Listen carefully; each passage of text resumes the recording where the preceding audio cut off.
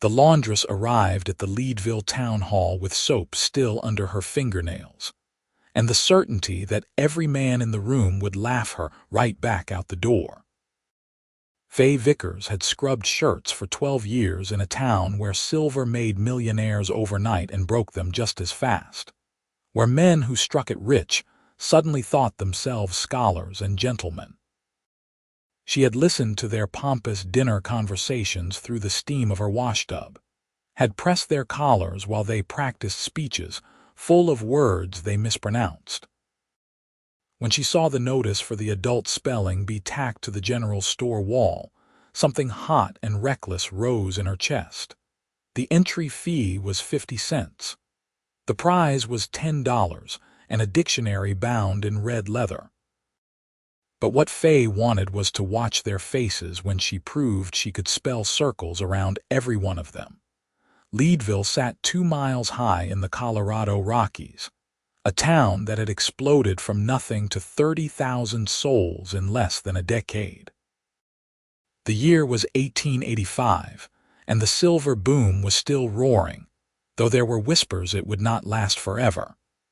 The town hall smelled of pine boards and coal smoke, and the February wind rattled the windows. Faye took a seat in the back row, her Sunday dress clean but plain, her dark hair pinned tight against her head.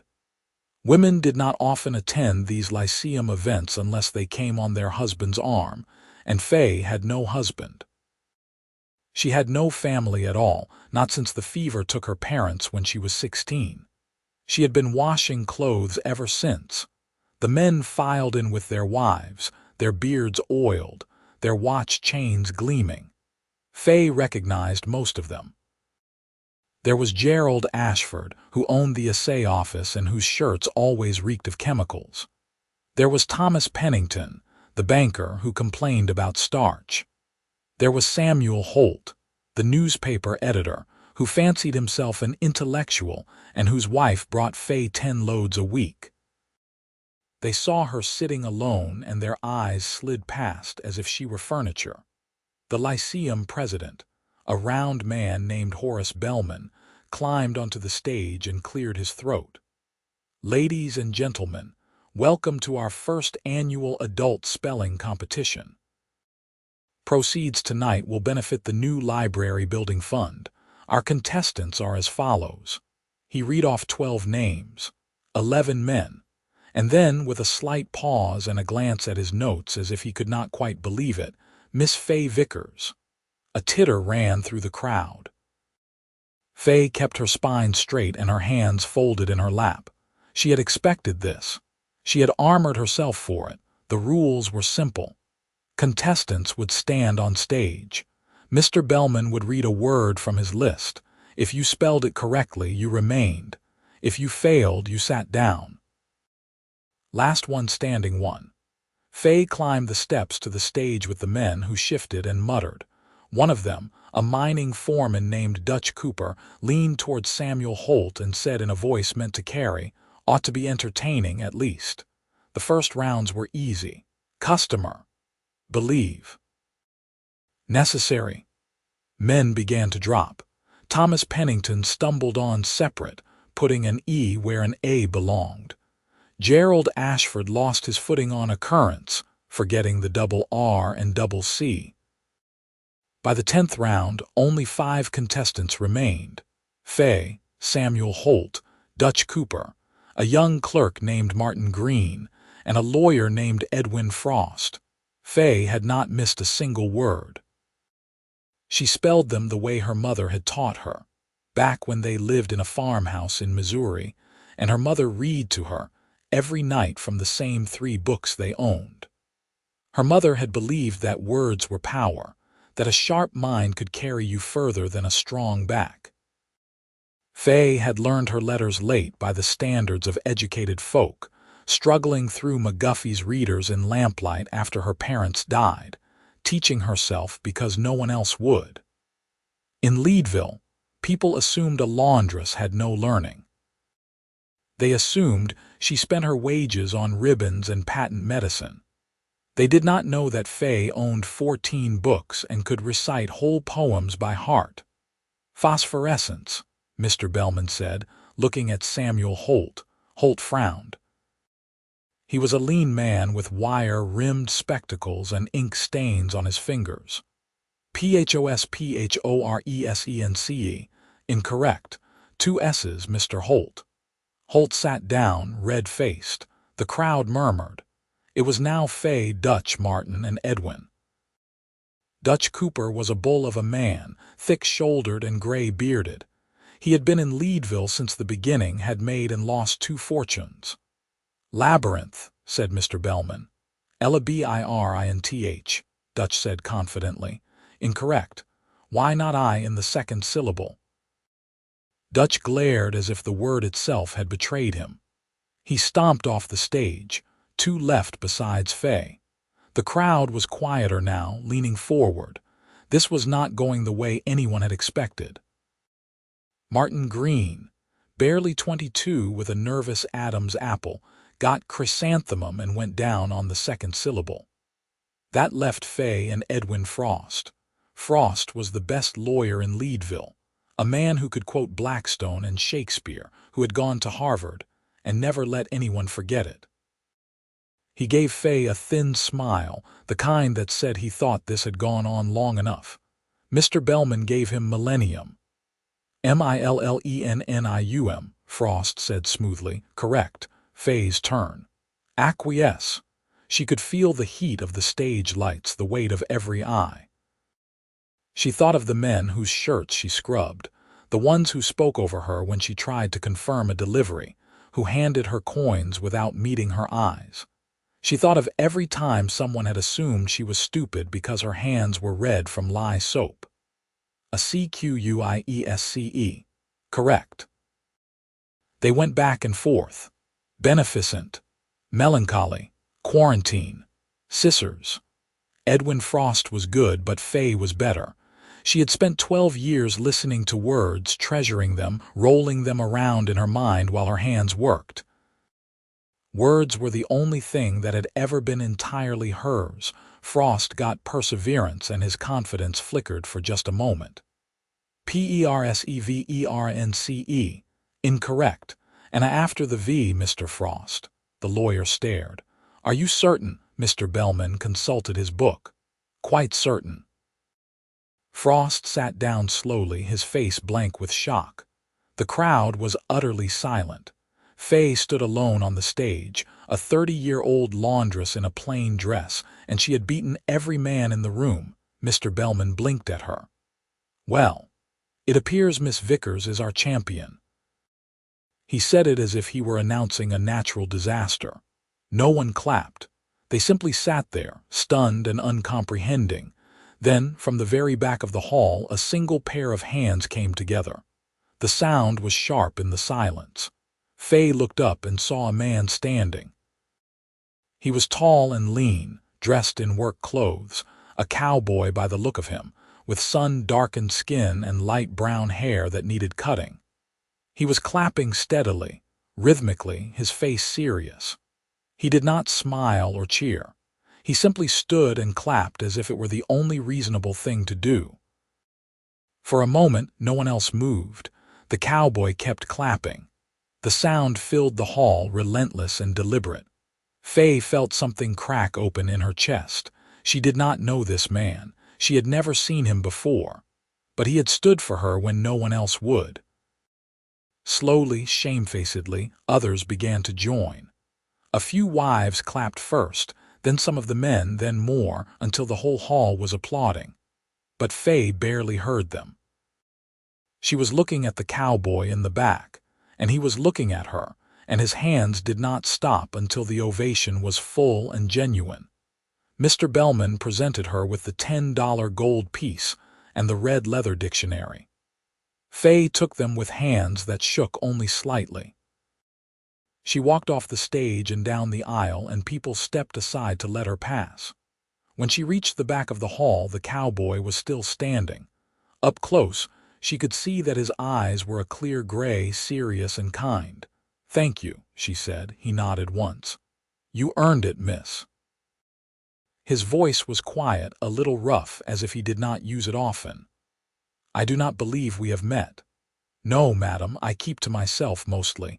Name is Vance Whitfield, Faye Vickers." "I know," he said. "I heard them say your name.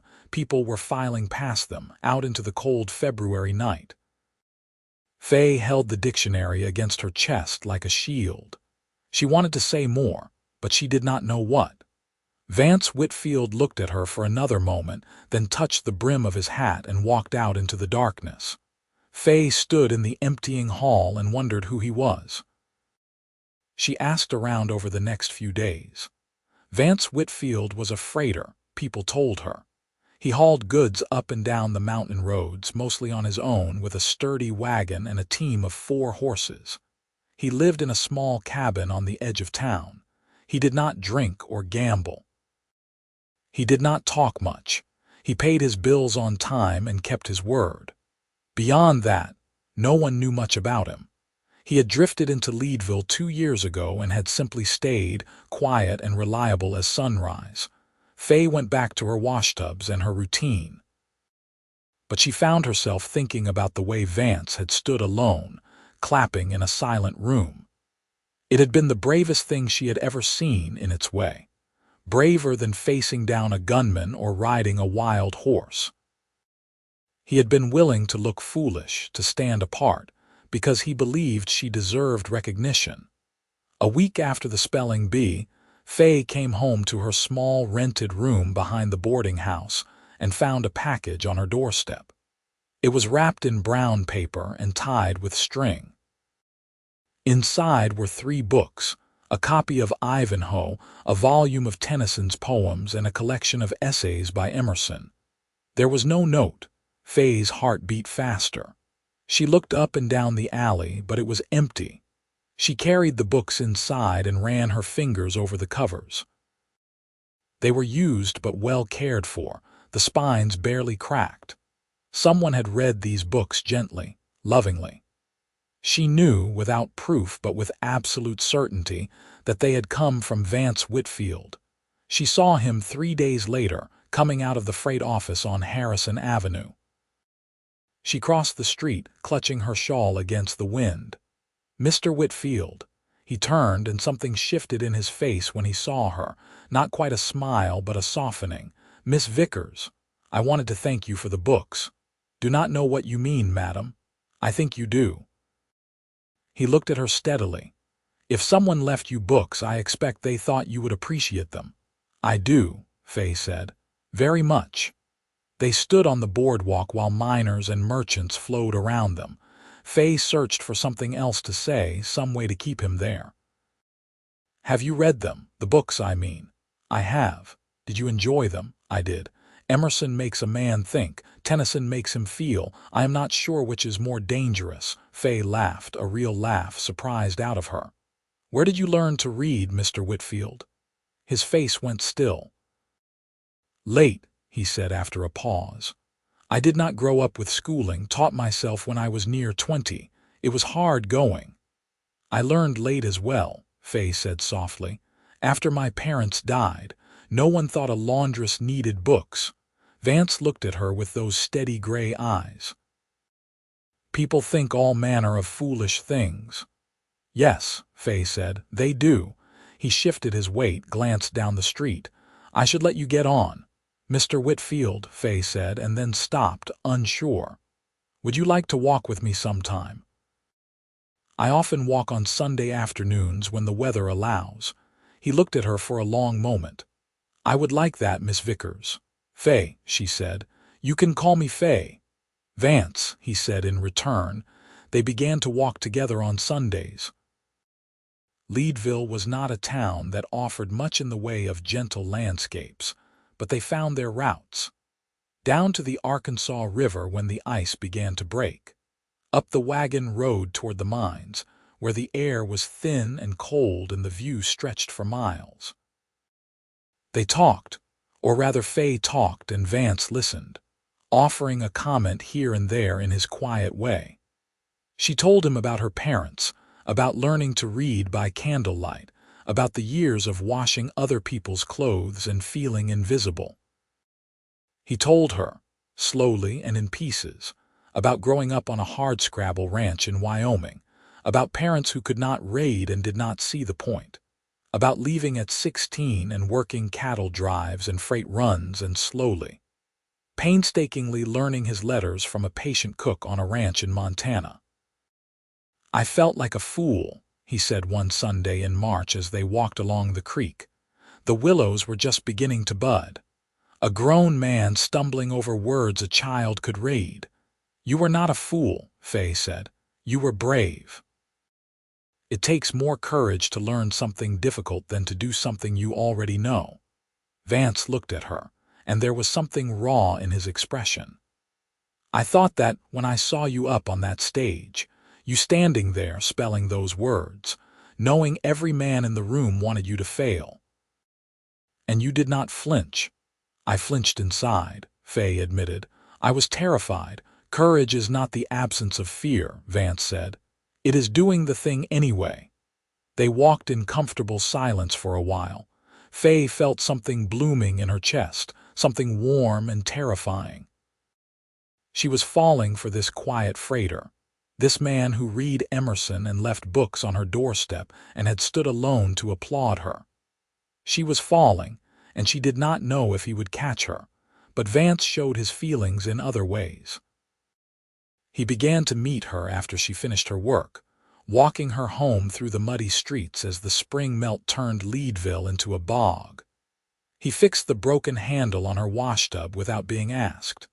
He brought her a new apron, plain and practical, when her old one tore beyond mending. These were not grand gestures. They were small, steady acts of care, and they meant more to Faye than any flowery declaration. In April, a notice appeared in the Leadville Herald. The Lyceum Committee was organizing a regional spelling championship to be held in Denver in June. The winner of the Leadville Bee would be invited to compete. Faye read the notice 3 times, her heart pounding. This was a chance to prove herself on an even larger stage, to show that her victory had not been a fluke. She waited for the invitation. It did not come. After a week, she went to the Lyceum office, a cramped room above the land office. Horace Bellman looked up from his desk, and his expression turned guarded. "Miss Vickers." "Mr. Bellman, I saw the notice about the regional championship. I have not received my invitation." Bellman shifted papers on his desk. "Ah, yes. Well, there has been a complication." "What sort of complication?" "The committee has reviewed the rules, and it seems there was an oversight. The Lyceum events are intended for dues-paying members and their families." "You are not a member, Miss Vickers." Faye felt cold. The notice for the spelling bee did not mention membership. It said anyone could enter for 50 cents. "A regrettable lack of clarity in the wording," Bellman said smoothly, "but the bylaws are quite clear. Only members may represent Leadville at regional events." "Then I will become a member." "Membership is $5 annually, and new members must be sponsored by 2 current members in good standing." Faye stared at him.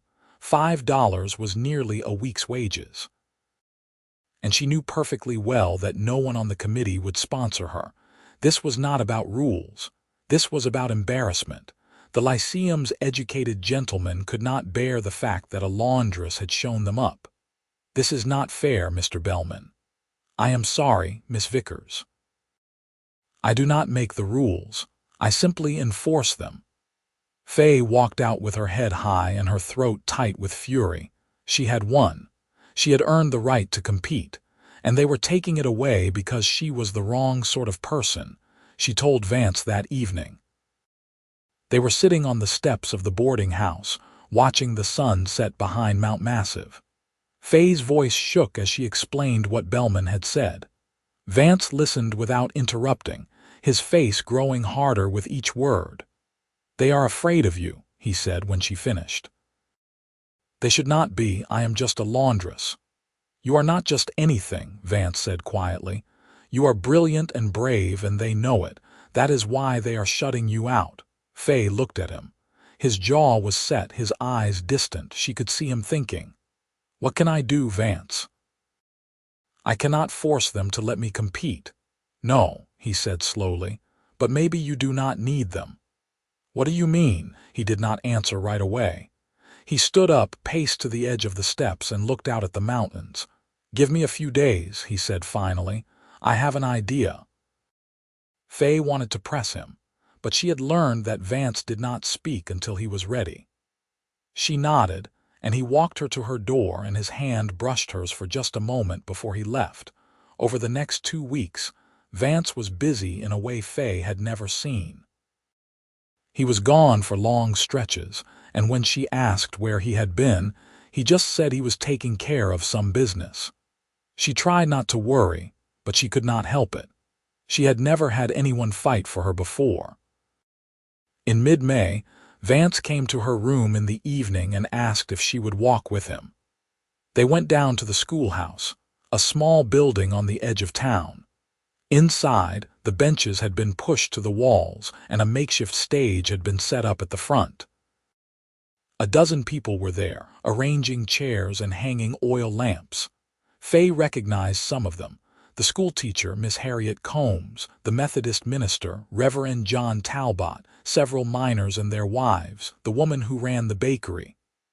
"What is this?" Faye asked. Vance turned to her. "An independent spelling competition, open to anyone, no membership required, no fees. I talked to folks around town, people who thought what the Lyceum did was wrong.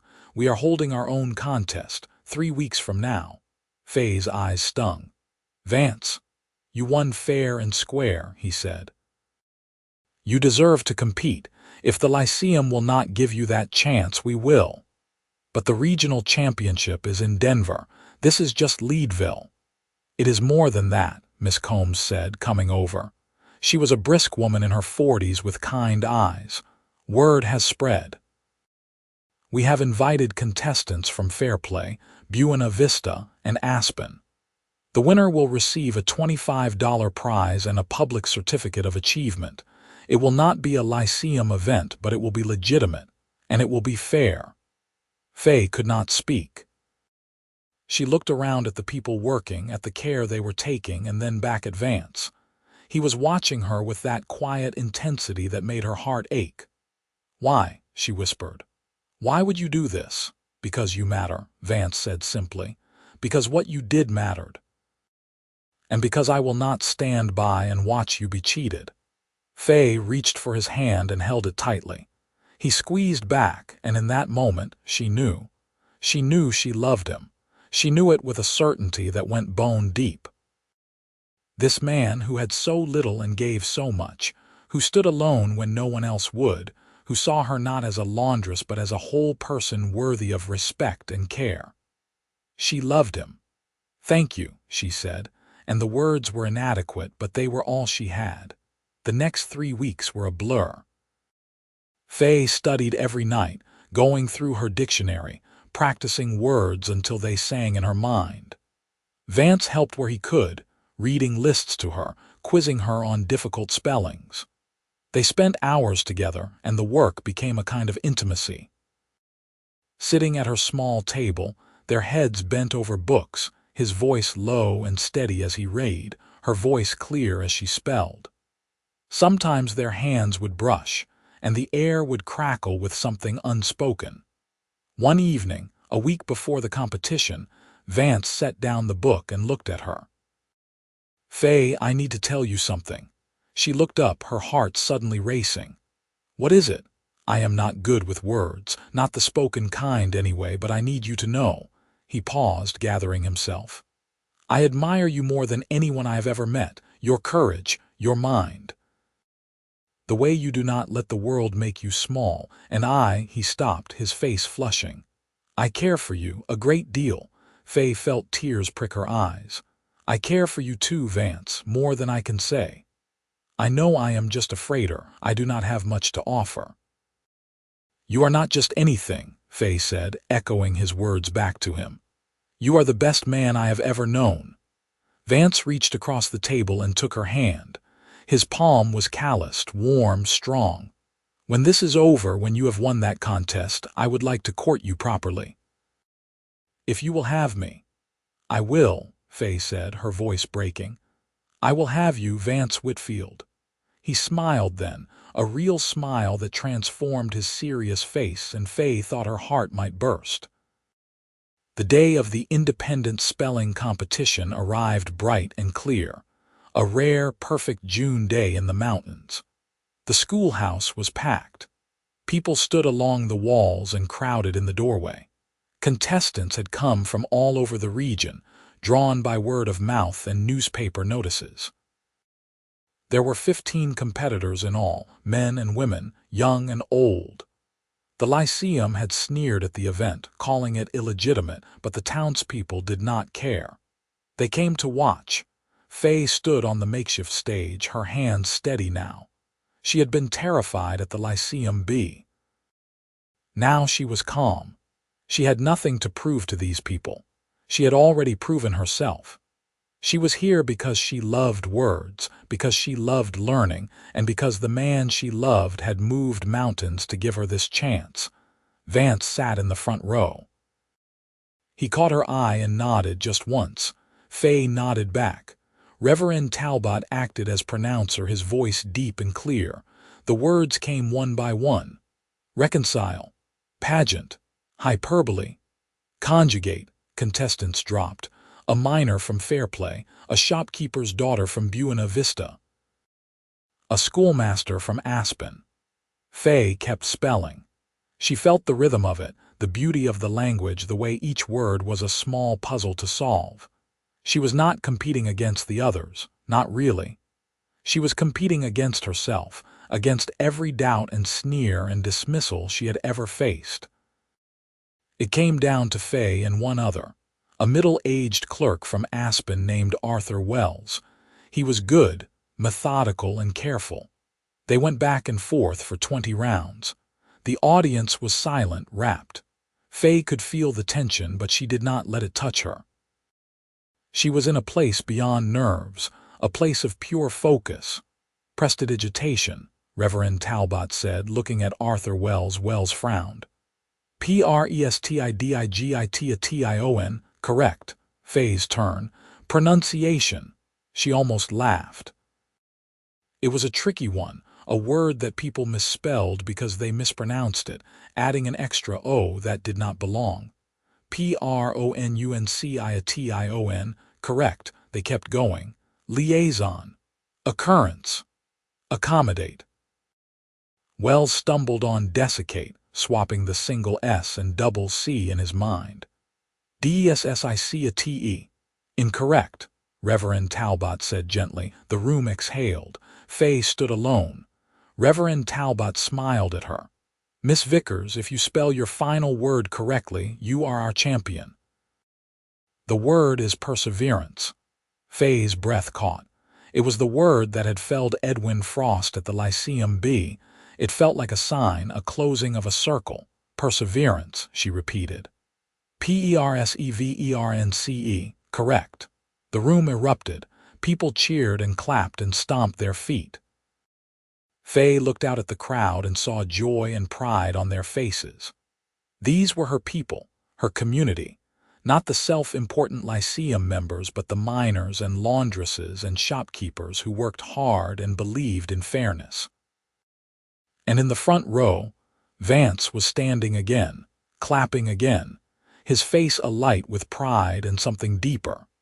Miss Combs presented Faye with the $25 prize and a certificate written in beautiful script. Faye took them with shaking hands, and then she stepped off the stage and walked straight to Vance. He met her halfway, and she did not care who was watching. She reached up and kissed him, right there in front of everyone. He kissed her back, his arms coming around her, and the crowd cheered louder. When they finally broke apart, Vance was smiling. "You did it. We did it," Faye said. "I could not have done this without you." "You could have," Vance said, "but I am glad you did not have to." They walked out of the schoolhouse hand in hand into the bright June sunlight. Faye felt light, as if she could float away. She had won.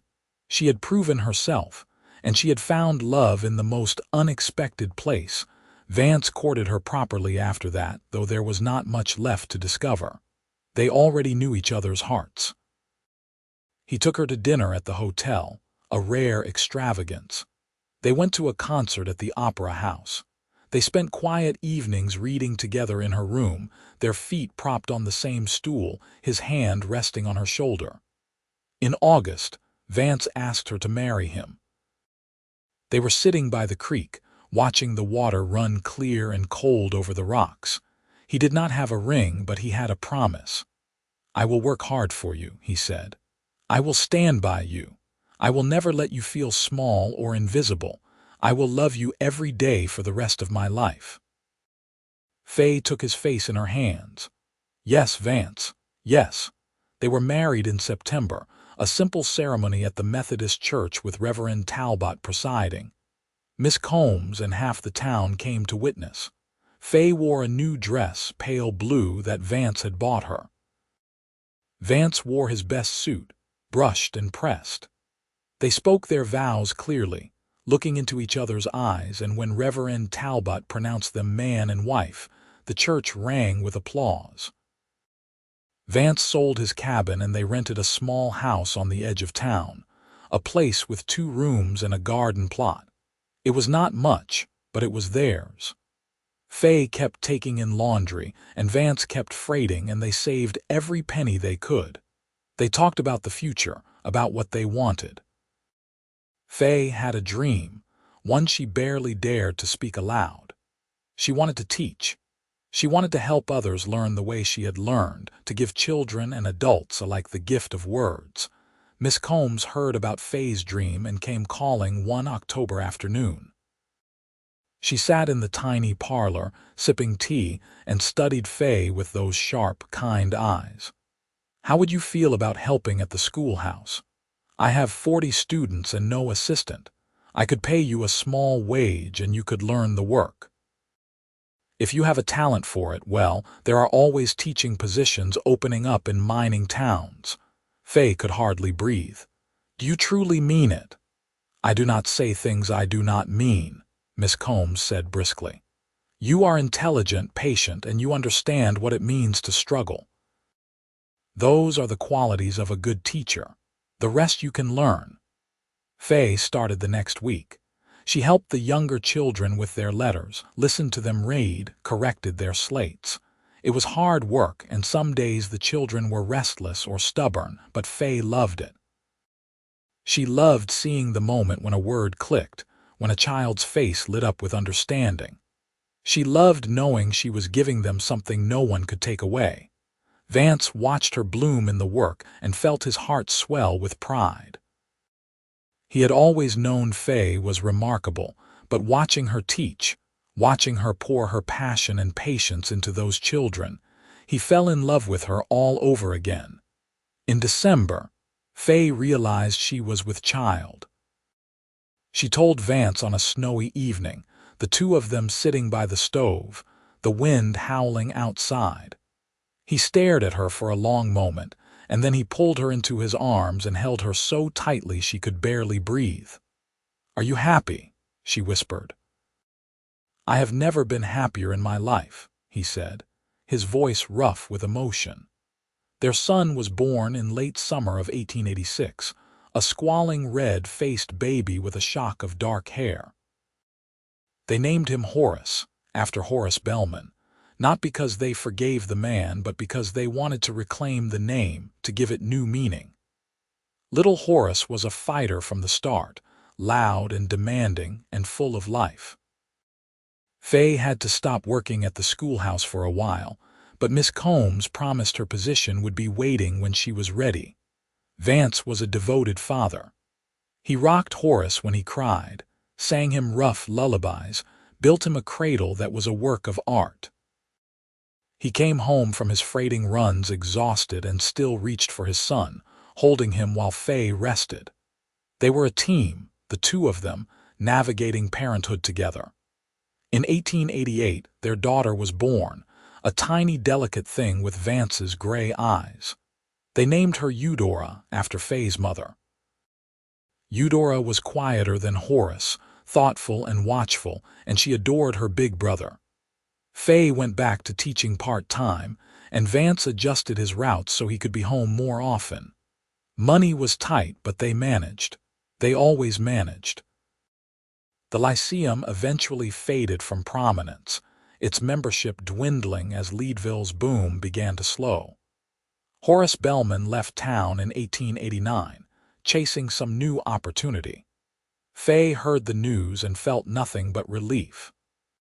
She had built her own life, one that had nothing to do with his approval or his bylaws. In 1890, Miss Combs retired, and the school board offered Faye the position of head teacher. It was a real salary, enough that Faye could stop taking in laundry altogether. Vance celebrated by building her a bookshelf, a tall, sturdy thing that filled one wall of their parlor. Faye filled it with books, including the red leather dictionary she had won 5 years earlier. She ran her fingers over the spine sometimes, remembering that night, the silence, the moment Vance had stood alone and clapped.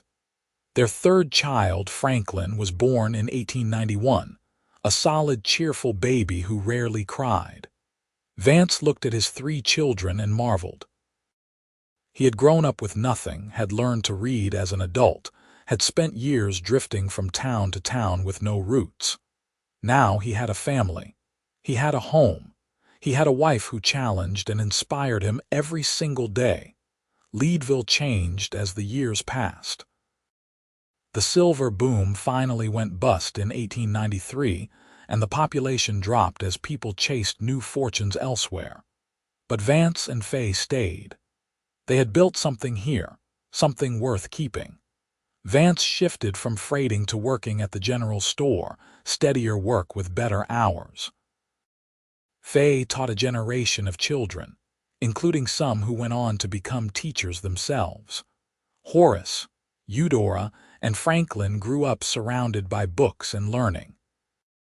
Faye taught them to read almost before they could walk, and Vance read to them every night, his once halting voice now smooth and confident. All 3 children were spelling champions in their own right, but they never felt the pressure to prove themselves the way their mother had. They knew they were loved and valued for who they were, not for what they could achieve. In 1898, the school board built a new schoolhouse, a larger building with real desks and a library. Faye stood in the empty building on the day before it opened and felt tears on her cheeks. She thought of the girl she had been, scrubbing shirts in the back of a boarding house, invisible and dismissed.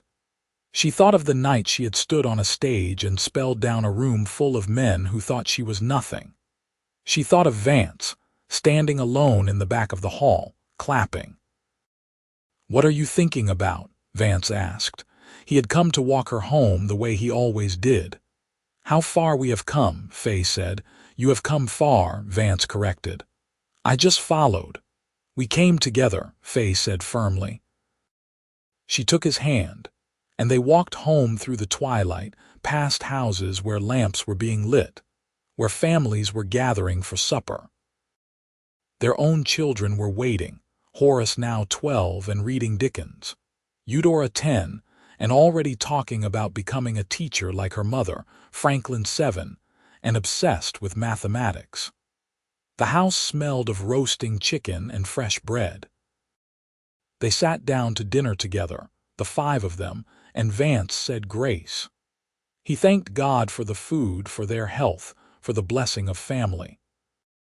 Faye watched him across the table, his face weathered now with years of sun and work, his hair going gray at the temples, and she loved him more than she had thought it possible to love another person. After dinner, after the children were in bed, Faye and Vance sat together in the parlor.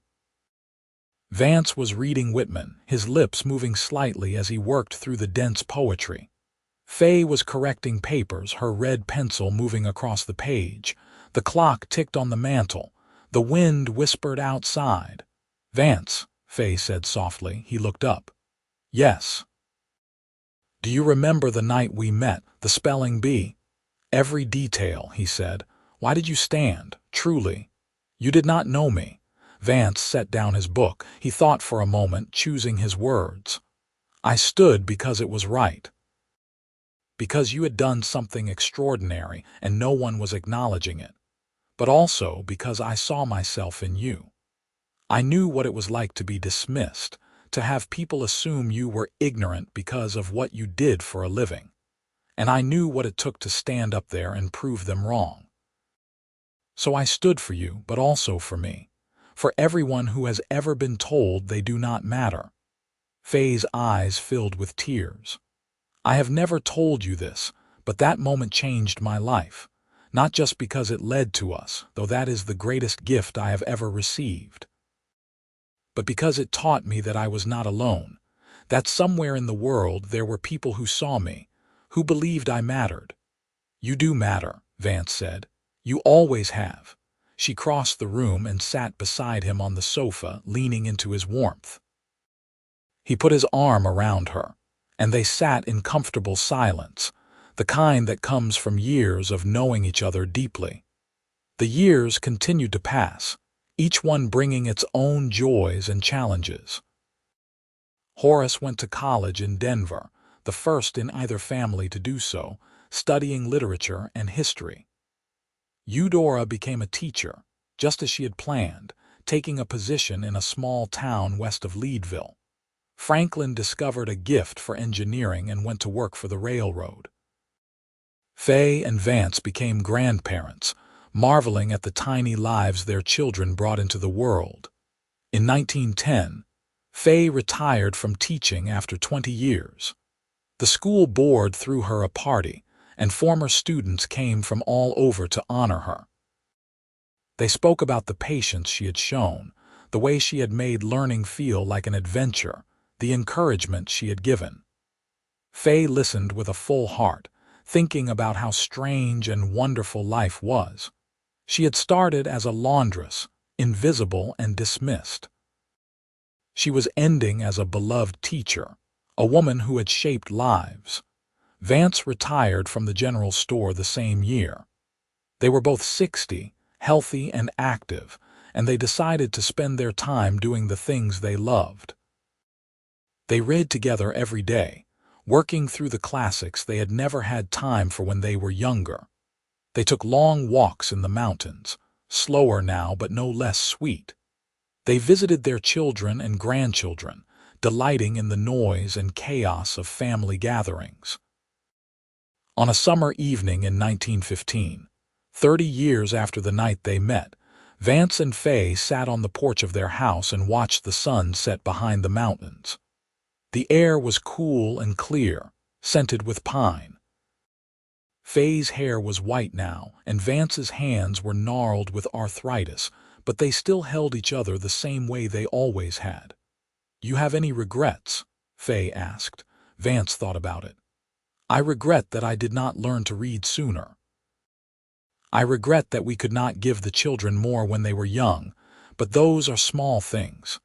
The big things, the important things, I would not change for the world." "What are the important things?"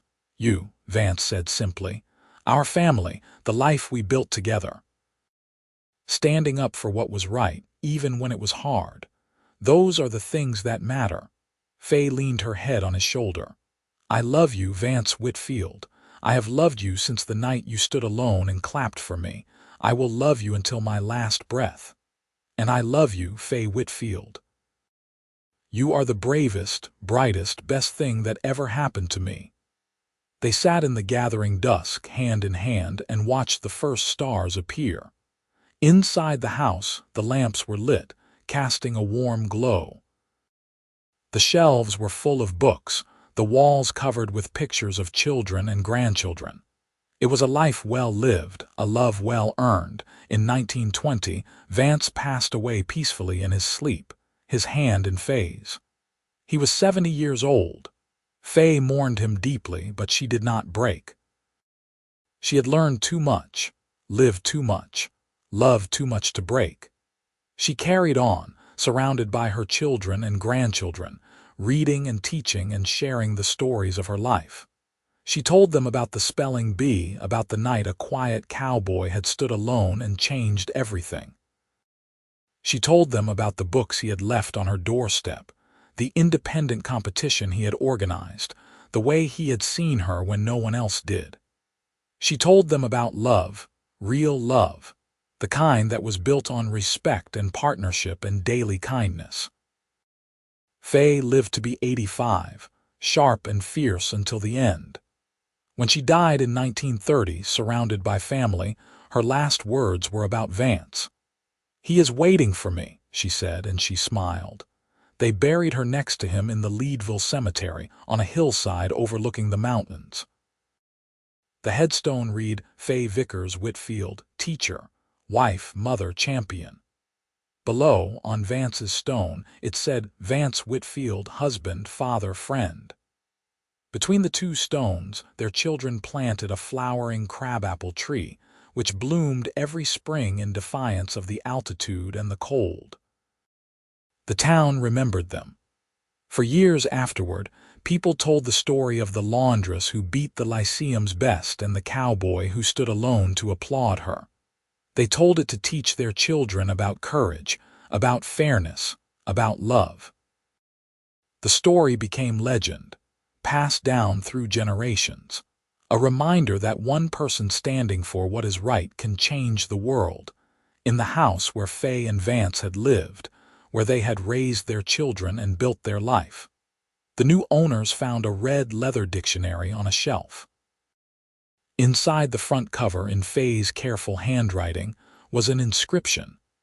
"To my beloved Vance, who taught me that words have power but love has more. Forever yours, Faye." The dictionary was donated to the Leadville Library, where it sat in a place of honor. Visitors could see it, touch it, read the inscription. Some of them knew the story. Others learned it from the librarian, who delighted in telling about the spelling bee, the standing ovation, the independent competition, the love that grew from a single act of courage. And so the story lived on, a testament to the fact that even in a rough mining town in the Wild West, even in a time when women were dismissed and education was a privilege, love could bloom. Not the flashy, dramatic love of dime novels, but real love, the kind built on seeing each other truly, on standing together, on small daily acts of devotion. The kind of love that lasted a lifetime and beyond. In the end, that was what mattered.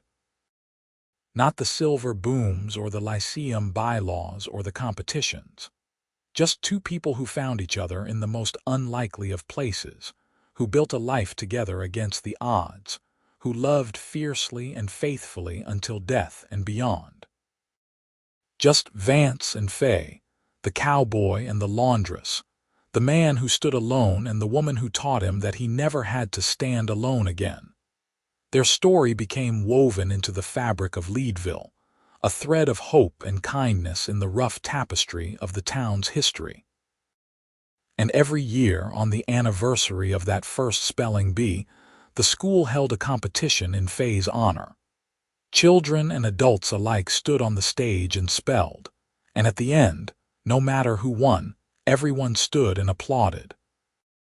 Not because they were forced to, but because they understood, finally, what Vance had understood all along. That every person who steps forward, who tries, who refuses to be made small, deserves to be seen and celebrated. The mountains stood eternal, watching over the town and its stories. The seasons turned, winter to spring to summer to fall, year after year. But the story of Vance and Faye endured, a bright spot in the collective memory, a reminder that love and courage could triumph over prejudice and fear. Horace, Eudora, and Franklin grew old themselves, and they passed the story on to their children, who passed it on to theirs. Each generation added their own understanding, their own appreciation. The great-grandchildren who never knew Vance and Faye still felt the warmth of their love, still drew strength from their example. In the modern age, when Leadville became a tourist town and the mines were mostly closed, historians came to study the records. They found the notices for the spelling bees, the newspaper articles about the independent competition, the marriage certificate for Vance Whitfield and Faye Vickers. They found school records showing Faye's years as a teacher, freight logs showing Vance's work. They pieced together the facts of the story, confirming what the town had always known. It was all true. A local author wrote a book about Faye and Vance, and it became a bestseller. People from all over the country visited Leadville to see the places where the story had unfolded. They stood in the old town hall, imagining the night of the spelling bee. They visited the cemetery, leaving flowers on the graves beneath the crabapple tree. They went to the library to see the red leather dictionary and read the inscription. But more than that, they took the story home with them. They told it to their own families, their own communities. They used it as a model for their own lives, a reminder that one act of courage could ripple outward in ways you could never predict. That standing up for someone, even when you stood alone, was always worth it.